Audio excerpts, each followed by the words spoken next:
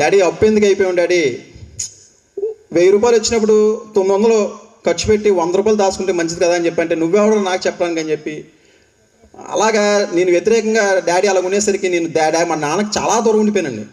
అంటే మనిషి యొక్క విలువ ఎప్పుడు తెలుస్తుంది అంటే అండి, మనిషి లేనప్పుడు తెలుస్తుంది ఆ విలువ. మనిషి ఉన్నప్పుడు ఈయన మాట మనం ఎందుకు వినాలి, ఈడెవడరాయుడు, నాకు వయసు వచ్చింది, నేను నిలబడ్డాను, మా నాన్న అని చెప్తే నేను ఎందుకు వినాలని చెప్పి మనం అనుకుంటాం.